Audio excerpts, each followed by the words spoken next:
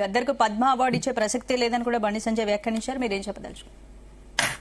గద్దర్కు Padma award కావాలని ఎవరు కూడా అడగలేరండి. అంటే ప్రభుత్వం అడిగిందని తప్పించి గద్దరు కుటుంబ సభ్యులు కానీ గద్దర్ను అభిమానించే వాళ్ళు ఎవరు కూడా అవార్డు కావాలి, గుర్తింపు కావాలని ఎవరు అడగలేరు. ఆయనకు అవార్డులతోనే గుర్తింపు రాలేదు. ఈ బండి సంజయ్ అనేటోడికి ప్రపంచం తెలియకముందే గద్దర్ అనేటోడు ప్రపంచం మొత్తానికి తెలిసిండు. ఆ విషయాన్ని బండి సంజయ్ గుర్తుంచుకుంటే మంచిది. ఈయన ఏదో అవార్డు ఇస్తేనే గద్దర్ గుర్తింపు వస్తుంది, ఈ అవార్డు వల్ల గద్దర్ పేరు ఇంకా అందరికి తెలుస్తుంది అని ఈయన అనుకుంటుండేమో. బహుశా అది చెప్తున్నా, ఈయనకు ఏదో చిన్న మెదడులో ఏదో చిప్పు తప్పినట్టు అప్పుడప్పుడు ఇట్లాంటి మాటలు మాట్లాడుతుంటాడు, పనికిమాల మాటలు మాట్లాడుతుంటాడు బండి సంజయ్ గారు. ఇది అసందర్భమైన విషయం. ఆ గద్దర్ గురించి మాట్లాడడం అనేది అయితే చాలా తప్పైన విషయం.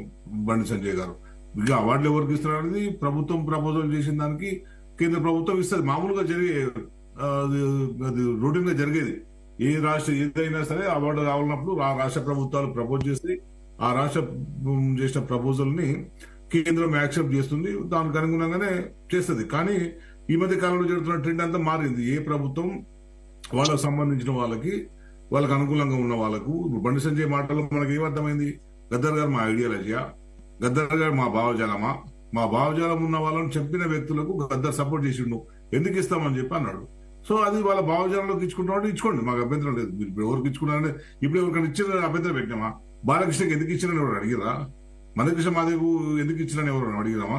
మందకృష్ణ ఉద్యమకారుడికి ఇచ్చినని సంతోషపడతాం. ఇంకా ఎందుకంటే ఎప్పుడు కూడా ఈ ఉద్యమకారులకు బహుశా ఇట్లాంటి అవార్డు రావడం అది ఎక్కడ కూడా తెలుగు రాష్ట్రాలు ఎప్పుడు జరగలేదు. కృష్ణమాదేవికి ఇచ్చిర్రు, అది సంతోషం ఇచ్చిర్రు. కానీ మరి గద్దర్కి ఎందుకు మేము అడగట్లేదు కదా? నువ్వు అంటున్నావు గద్దర్కు ఎందుకు ఇవ్వాలని చెప్పి. అది తప్పు. ఎందుకు ఇవ్వలేరో వివరణ ఇచ్చుకోవాల్సిన బాధ్యత మీ బీజేపీ ప్రభుత్వానికి ఉన్నది. ఈ రాష్ట్ర ప్రభుత్వం గద్దర్ పేరును, గోరటెంకన్న పేరును, అట్లాగే మన అందశ్రీ పేరును, ప్రొఫెసర్ జయదీప్ గారి పేరును పంపించినప్పుడు వీళ్ళకి ఎందుకు ఇవ్వలేరు? వీళ్ళందరూ కూడా తెలంగాణ ఉద్యమంలో ప్రభావితం చేసిన వ్యక్తులు. వీళ్ళందరూ కూడా ఈ సమాజంలో తెలంగాణ సమాజం అందరితో కలిసి ఉన్న వ్యక్తులు. వీళ్ళందరికీ ఎందుకు ఇవ్వలేవు నువ్వు సమాధానం చెప్పకుండా మా భావజలం కాదు మేము ఇవ్వడం అనేది నీ అహంకారానికి ఇది పరాకాష్ఠగా చెప్పొచ్చు. మరి ముఖ్యంగా నువ్వు మీరు ఎవరి గురించి మాట్లాడినా ఓకే, కానీ నువ్వు అసలు గద్దర్ గురించి మాట్లాడడం అనేది చాలా దాని అభ్యంతరకరం. నీకు గద్దర్ గురించి తెలియకపోతే తెలుసుకోవాలి మీరు. ఎందుకంటే నేను చాలా దగ్గరగా అందరూ కూడా చూస్తున్నారు. తెలంగాణ ఉద్యమం మొదలైనప్పటి నుంచి కూడా బీజేపీ నాయకులు అందరూ కూడా గద్దర్ గారితో సన్నిహితంగా మెలిగిన వారే. తెలంగాణ ఉద్యమంలో విద్యాసాగర్ రావు గారు కానీ దత్తాత్రేయ గారు ప్రతి అలయబలకి గద్దర్నే చీఫ్ గెస్ట్ పిలుస్తాడు. ఇప్పుడు గవర్నర్ గా ఉన్నారు తను. ఇంద్రసేన రెడ్డి గారు కూడా గద్దర్తో కలిసి డయాస్ పంచుకున్న సందర్భాలు ఉన్నాయి. కిషన్ రెడ్డి గారు కూడా డయాస్ పంచుకున్న సందర్భాలు ఉన్నాయి. చాలా సందర్భాల్లో సుష్మా స్వరాజ్ గారు ఢిల్లీ నుంచి గద్దర్కు ఫోన్ చేసి తెలంగాణ మూవ్మెంట్ జరుగుతున్నప్పుడు డిసెంబర్ ప్రకటన వచ్చిన తర్వాత పరిణామాలు, పార్లమెంట్ లో బిల్లు పెట్టేటప్పుడు, రాజ్యసభలో బిల్లు పెట్టేటప్పుడు గద్దర్తో అనేక సందర్భాల్లో సంప్రదింపులు జరిపిన వాళ్ళు. అరుణ్ జైట్లీ మాట్లాడిండు, సుష్మా స్వరాజ్ మాట్లాడింది, ఇంకా నాకు తెలిసి చాలా టాప్ లీడర్స్ కూడా గద్దర్తో మాట్లాడారు.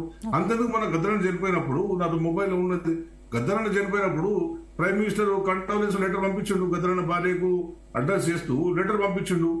గద్దర్ చేసిన సేవల్ని కొనియాడుతూ, గద్దర్ గారు ఏమేమి చేసిండ్రు ఏంది అని కొనియాడుతూ తన లెటర్ పంపించారు గద్దర్ కుటుంబానికి. గద్దర్ లేని లోటు ఈ దేశంకి తీరని లోటు. ఆయన పాట అనగారిన వర్గాలకు అండగా నిలిచింది అని చెప్పి నీకు లెటర్ పంపించిండు. మరి మీ నాయకుడు మీ ప్రధానమంత్రి గారు ఇది లెటర్ ఇది నరేంద్ర మోడీ గారు సంతకంతో గద్దర్ అన్న భార్యకు విమలకు అడ్రస్ చేస్తూ రాసిన లెటరు. దీనిలో మీ పాట అనగారిన వర్గాలకు అండగా ఉన్నది. మీరు లేకపోవడం అనేది, గద్దర్ గారు లేకపోవడం అనేది సమాజం చాలా కోల్పోయింది. ఒక అద్భుతమైన గాయకుడిని, అద్భుతమైన ఒక ఐడియాలజికల్ నాయకుడిని కోల్పోయింది ఈ దేశం అని చెప్పి మీ ప్రధానమంత్రి గారు బాధపడుతూ కన్నీరు మోస్తూ రాశారు. అందరం కూడా మరి మోడీ గారు కూడా బాధపడాలని అనుకున్నాం. కానీ ఇంత కపటము మీ పార్టీలో ఉన్నదని చెప్పి మేము ఇప్పటిదాకా. క్రాంతి గారు ఇప్పుడు గద్దర్ కు తన భావజాలమే కేంద్ర అవార్డు రాకుండా కారణమైందంటారా? ఏమంటారండి? గద్దర్ కు తన భావజాలమే కేంద్ర అవార్డు రాకుండా కారణమైందంటారా? గద్దర్ భావజాలం ఉన్న వాళ్ళు బీజేపీ పార్టీ చాలా మంది ఉన్నారండి. గద్దర్ భావజాలం ఉన్న మన ఈటల రాజేంద్ర గారు ఏ భావజాలం అండి? ఓకే. ఎంపీ అయ్యారు కదా, మరి ఎంపీ సీట్ ఎందుకు ఇచ్చారు అట్లాంటప్పుడు ఈటల రాజేంద్ర గారికి? బొడిగే శోభ గారు దళ కమాండర్ గా ఉన్నారు. బొడిగే శోభ గారు మొన్న ఎమ్మెల్యేగా పోటీ చేసిరు. నక్సలైట్ దళ శోభక్క కుమార్ అరే కుమార్ కుమార్ కుమార్ ఉన్నాడు. లెక్క పెట్టుకుంటే చాలా మంది ఉన్నారు. ఈయన అజ్ఞాని అండి, చెప్తారు కదా అజ్ఞాని, తలకాలేని మాటలు, ఏం మాట్లాడతలేదు. ఎప్పుడు చూసినా ఈయన మాటలు ఏంటంటే రెండు వర్గాల మధ్య వైషమ్యాలు క్రియేట్ చేయడమే ఆయన మాటలు. అంతరేముంటారు ఓకే. అది హిందూ ముస్లిమ్స్ ఆర్ కులాల మధ్యలో ఏదో చిచ్చు పెట్టే ప్రయత్నం బండి మాటలు కనపడి తప్పించి ఆయన ఏది కూడా కన్స్ట్రక్టివ్ గా ఒక డెమోక్రట్ గా బిహేవ్ చేస్తామనేది ఆయన ఉద్దేశం ఉండదు. నేను ఇంకోటి కూడా ఇక్కడ మీకు చెప్తాను. నేను